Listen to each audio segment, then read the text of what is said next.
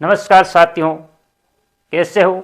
मस्त होंगे और आपने अच्छी तरीके से रीट की तैयारी की होगी और आपके आज एडमिट कार्ड जारी हो चुके हैं और आपने अपना सेंटर देख लिया होगा कहाँ आया है। अगर नहीं देखा तो अभी साइड बिजी चल रही है थोड़ी, तो आपका देर रात तक आराम से डाउनलोड हो जाएगा, क्योंकि सभी एक साथ लगे रहें कि हमारा सेंटर कहाँ है, सब देख रहे हैं कितनी तारीख को है, कब है, सब अपना बस उसी पर लगे। तो उसी के कारण से थोड़ी साइड बिजी चल रही है, तो आपका आराम से एडमिट कार्ड हो जाएगा, डाउनलोड हो जाएगा, क्योंकि अभी टाइम खूब पड़ा। तो उससे पहले आपको अब की बार एडमिट कार्ड में जो दिशा निर्देश आए हैं, क्या दिशा निर्देश ऐसे है जो आपको ध्यान रखने हैं। कई बार अपन दिशा निर्देश को यानी जो इंस्ट्रक्शन दे रखे उसको ध्यानपूर्वक पढ़ लेते हैं, उसके बावजूद भी अपन कई बार गलती कर बैठते हैं।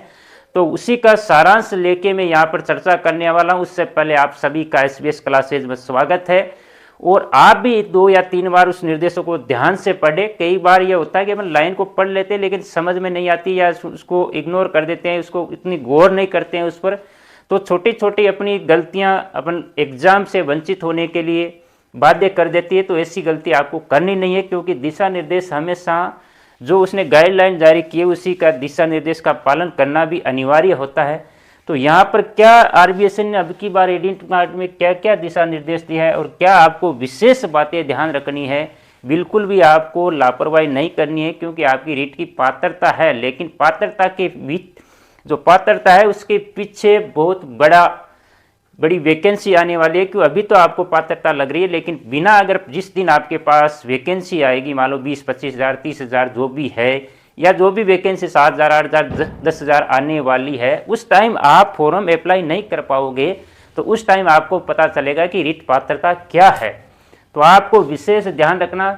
पर कई एक बार वीडियो वायरल होते हैं कि इसको एग्जाम में प्रवेश नहीं मिला, क्योंकि दिशा निर्देश पहले जारी किया है तो उसी निर्देश अनुसार आपको कार्य करना है। अगर उसके प्रति आप विपरीत जाते हो तो आपको हो सकता है कि केंद्र यानी परीक्षा केंद्र पर ही आपको प्रवेश न मिले। तो सबसे पहले बड़ी बात है कि आप जैसे एडमिट कार्ड डाउनलोड करते हो तो आपको नोटिस करना है, क्यों एग्ज़ाम आपका 27 और 28 2 दिन का है। तो 27 और 28 2 दिन है, तो एग्ज़ाम डेट आपकी क्या है। पहली बात, एग्ज़ाम डेट क्या है। और एग्ज़ाम डेट में भी पर डे की 2 शिफ्ट है। पर डे की कितनी शिफ्ट है? 2 शिफ्ट है। तो कौन सी शिफ्ट में? एक तो मान लो आपका 10 बजे से एग्ज़ाम स्टार्ट हो रहा है और एक आपका 2 बजे से स्टार्ट हो रहा है। तो इसमें ध्यान रखने हैं कि आपका एग्ज़ाम सेंटर कन्फर्म करना है, और एग्ज़ाम सेंटर कहाँ है वो ज़रूर एक बार कन्फर्म कर लेना, क्योंकि कई बार 2 नाम के सेंटर हो जाते हैं और अपन उसको समझ बैठते हैं कि ये हमारा सेंटर है। तो ज़रूर एक बार सेंटर कन्फर्म कर ले, शिफ्ट कन्फर्म कर ले, डेट कन्फर्म कर ले, और उसके बाद में उसमें दिशा निर्देश दिए हैं उसको अच्छी तरीके से एक बार आप ज़रूर पढ़ें। यहाँ पर जो मेन बात है वो है आपको क्या सामग्री लेके जानी, आपके साथ में क्या होना चाहिए। तो पहली बात, आप जिस परीक्षा देने जा रहे हो उसका एडमिट कार्ड तो होना ही चाहिए। उसके बाद में आपको ओमआर आपने भरने के लिए नीला या ब्लैक या पारदर्शी पेन होना चाहिए। नीला या ब्लैक जो भी है, लेकिन कैसा होना चाहिए? पारदर्शी होना चाहिए, यानी निप्पल उसकी आर पार दिखनी चाहिए कि निप्पल ऐसी। तो वो पेन आपको कैसा होना चाहिए? पारदर्शी पेन होने चाहिए। पहचान पत्र के रूप में आपको एक ID लेके जानी है, और वो ID मुख्यतः आपको आधार कार्ड होगा। मुख्यतः क्या दिया है RBSN ने? आधार कार्ड को माना है। इसके अलावा मान लो आपके पास आधार कार्ड अगर नहीं है तो अन्य राज्य के फोटो युक्त पहचान पत्र जो भी आपके पास है, ड्राइविंग लाइसेंस हो गया, निर्वाचन पहचान पत्र आदि जो पहचान पत्र राज्य सरकार द्वारा जारी किया जाता है पहचान पत्र, वो आप साथ ले जा सकते हो। और दूसरा इसमें ध्यान रखना सबसे बड़ी बात है कि आप जो पहचान पत्र लेके जा रहे हो, जो ID लेके जा रहे हो, उस ID की आपको क्या करनी है? पहचान पत्र की एक फोटोकॉपी जरूर आपको साथ लेके जानी है, स्व प्रमाणित, यानी स्वयं के द्वारा प्रमाणित, आपके साइन उस पर करने हैं, वो फोटोकॉपी आपको साथ लेके जानी है जो ID आप परीक्षा केंद्र यानी परीक्षा सेंटर पर लेके जा रहे हो। तो उसकी फोटोकॉपी जरूर साथ में लेके जाना है। कई बार होता है कि मान लो सेंटर आपका बाहर आ गया और वहाँ पर आपकी फोटोकॉपी की दुकान नहीं है और आप बाई चांस भूल गए, तो ऐसी स्थिति ना बने, फिर आपको इधर उधर भागना पड़े। तो ऐसी स्थिति से बचने के लिए पहले आपके पास क्या होनी चाहिए? जो ID आपको लेके जानी है उसकी फोटो प्रति सब प्रमाणित आपको लेके जानी है। तो ठीक है, सबसे बड़ी नोटिस यही बात होती है, क्योंकि लोग फिर सेंटर पर जाने के बाद इधर उधर भागते हैं। तो उससे पहले ये है कि अपन पहले ही सावधानी बरते कि इधर उधर अपनों भागना नहीं पड़े। फिर 2 घंटा पूर्व पहुंचना अपेक्षित है, यानी जिस टाइम आपका एग्जाम है, मान लो 10 बजे से स्टार्ट हो रहा है तो आपको 2 घंटे पहले पहुंचना वहां पर आपको अपेक्षित है। क्या है? अपेक्षित है, यानी आपको 2 घंटा पूर्व पहुंच जाना है ताकि आप आराम से सेंटर पर पहुंच जाएंगे। 2 घंटा का टारगेट करेंगे तो आराम से पहुंच जाओगे। और परीक्षा केंद्र में 1 घंटा पूर्व केंद्र में प्रवेश करना अनिवार्य है और इसके पश्चात आपका प्रवेश वर्जित है। तो इसके बाद अगर 1 घंटा शेष है उससे पहले पहले आपको क्या करना है, सेंटर में प्रवेश करना है।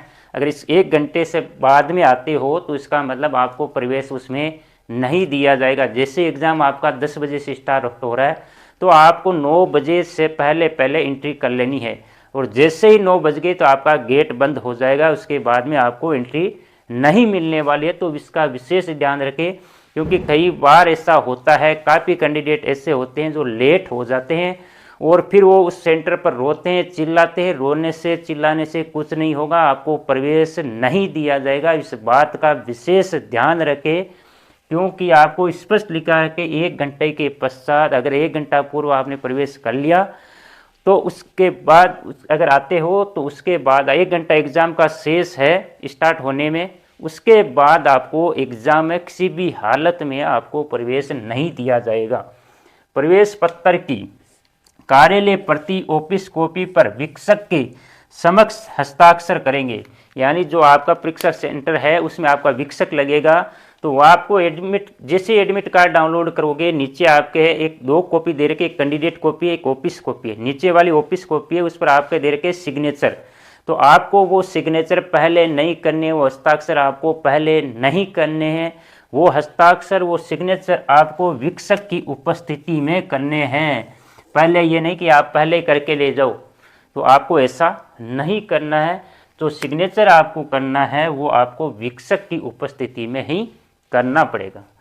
दूसरा है आपका, ये तो ड्रेस कोड आपका है ही, साधारण कपड़े आपको पहनना है। ज़्यादा डिजाइन वाले या बड़े बटन लगे हुए या जिस पर बटन लगे, ज़्यादा जेब है या बेल्ट हो गया, गहने वगैरह हो गया, तो इसको पहले से आप उतार के जाए, क्योंकि ऐसी स्थिति वहाँ सेंटर पर बनती है। फिर इधर उधर भागते उससे पहले उससे बचने के लिए आपको क्या करना, पहले एकदम सिंपल बन के जाओ ताकि इस प्रकार की आपको परेशानी नहीं आए। तो साधारण कपड़े, पतले सोल की चप्पल और सैंडल पहनना अनुमत होगा। तो आपके यानी पतले सोल की चप्पल या सैंडल जो भी है, जूते अलाउ नहीं होंगे। अगर जूते पहन के जाते हो तो हो सकता है कि आपको बाहर खोलने पड़े। तो साधारण कपड़े बिना जेब वाले होने चाहिए। जर्सी अगर स्वेटर है तो बिना जेब वाली होनी चाहिए। तो और बेल्ट वगैरह की अनुमति नहीं है। गहने वगैरह, घड़ी, कैलकुलेटर जो भी है वो सब वर्जित है। ब्लूटूथ वगैरह वो तो आप जानते हो। तीसरी लास्ट और फाइनल, अब की बार जो नया जोड़ा है, और परीक्षार्थी को प्रश्न पत्र ले जाने की अनुमति नहीं है। अब की बार आपका जो प्रश्न पत्र होगा यानी पेपर आपको मिलेगा, उसको आपको लेके नहीं आना है, वहीं जमा करवाना है। फिर अब देखेंगे कि यूट्यूब पर किस प्रकार आपकी लाइव क्लासें चलती है, यानी जो लाइव आपकी आंसर की आती है। अब की बार देखते हैं किस प्रकार आती है। तो आपको परीक्षा जो है, परीक्षा के सब जैसे आपने प्रश्न कर लिया तो लास्ट में आपको प्रश्न पत्र यानी पेपर को वीक्षक को जमा करवाना पड़ेगा। और वीक्षक को क्या क्या जमा करवाना पड़ेगा, एक तो प्रश्न पत्र यानी आपका पेपर हो गया, दूसरा आपका हो गया एक तो आपका आईडी की फोटोकॉपी हो गई, और एक आपकी ऑफिस कॉपी जो आपको अलग करनी है एडमिट कार्ड से, ऑफिस कॉपी, इस पर भी साइन करने, और फोटो प्रति पर भी आपको क्या करना है, साइन करना है। फोटो प्रति, ऑफिस कॉपी और आपको प्रश्न पत्र, ये किसको देने हैं, वीक्षक को देने हैं। तो ये ध्यान रखने की बातें हैं, इंपॉर्टेंट बातें हैं। इसका अगर थोड़ी सी भी लापरवाही करते हैं तो आप एग्ज़ाम से वंचित हो सकते हैं। तो ज़रूर एक बार दिशा निर्देशों पर गौर करना, आपको ध्यान से देखना। आपके पास भी एडमिट कार्ड आया होगा, उसी को भी आपको 2 या 3 बार पढ़ना है, और आपको अच्छी तरीके से पढ़ के फिर एग्ज़ाम सेंटर निश्चित करने के बाद आपको समय, मेन बात है, आप समय पर पहुंचोगे तो सब कुछ आपका सही होगा। अगर समय पर पहुंचोगे नहीं तो उसके बाद में आपको हड़बड़ा जाओगे। तो इसीलिए आपको विशेष रूप से बार मैं और कह रहा हूँ कि आपको परीक्षा केंद्र पर ज़रूर आपको समय पर पहुँचना है, ताकि कोई भी अगर परेशानी आने से पहले बच जा सकते। क्योंकि परेशानी आती है ना तो वो पूछ के नहीं आती, एक परेशानी आई, एक प्रॉब्लम आई तो उसके बाद दूसरी प्रॉब्लम खड़ी हो जाती है। तो अगर एक प्रॉब्लम आती है उससे पहले प्रॉब्लम को सोल्व करने के लिए अपने पास टाइम ही नहीं है तो दूसरी प्रॉब्लम कैसे सोल्व करेंगे। तो आप क्या करेंगे, आराम से सेंटर पर 2 घंटे पूर्व पूछना का टारगेट करेंगे ताकि आप किसी भी प्रकार की परेशानी से बच सके। तो ये दिशा निर्देश थे। अब की बार आपको प्रश्न पत्र नहीं दिया जाएगा। मेरे जो साथी है वो भी आंसर की आपको नहीं बता पाएंगे, और आरबीसी जब साइट पर अपलोड होगा तभी उस पर रीट के पेपर के दर्शन होंगे, और उससे पहले दर्शन सिर्फ आपको ही होंगे। तो हम आगे देखेंगे क्या होगा, पेपर कब अपलोड होता है। शायद आपको आंसर की के साथ ये पेपर आपको बाद में मिलेगा, जैसे शिफ्ट वाइज मिलेगा। तो ये थी आपकी जो मेन दिशा निर्देश थे, और बढ़िया तरीके से अभी आज 5 या 6 दिन का आपके पास टाइम है। आराम से जितना रिवीजन हो सकता है उतना रिवीजन कर लो, और बढ़िया आराम से पेपर दे के आना। और दूसरी बार बता दूं कि दूसरी बात जो इम्पोर्टेंट है वो है आपकी माइनस मार्किंग। इस एग्ज़ाम में कोई माइनस मार्किंग नहीं है, कोई भी क्वेश्चन आपको छोड़ना नहीं है, इसका विशेष ध्यान रखना। कहीं ये नहीं कि माइनस मार्किंग है और आप छोड़ के आ जाओ, तो आपको पूरे प्रश्न करने अनिवार्य है। कोई भी प्रकार का आपका नेगेटिव मार्किंग इस एग्ज़ाम में नहीं है। पूरे 150 के 150 गोले आपको भरने हैं, ठीक है। तो ये आते आपके दिशा निर्देश। तो आपको कैसे लगे दिशा निर्देश, तो ज़रूर अपने दोस्तों के साथ भी शेयर कर दीजिए। और आज के लिए इतना ही, और वीडियो पसंद आए तो ज़रूर लाइक कर देना, और एक प्यारा सा कमेंट कर देना रीट के साथियों और भावी मेरे स्टाफ साथियों, ज़रूर एक बार एक कमेंट कर देना। आज के लिए इतना ही। जय हिंद, जय भारत।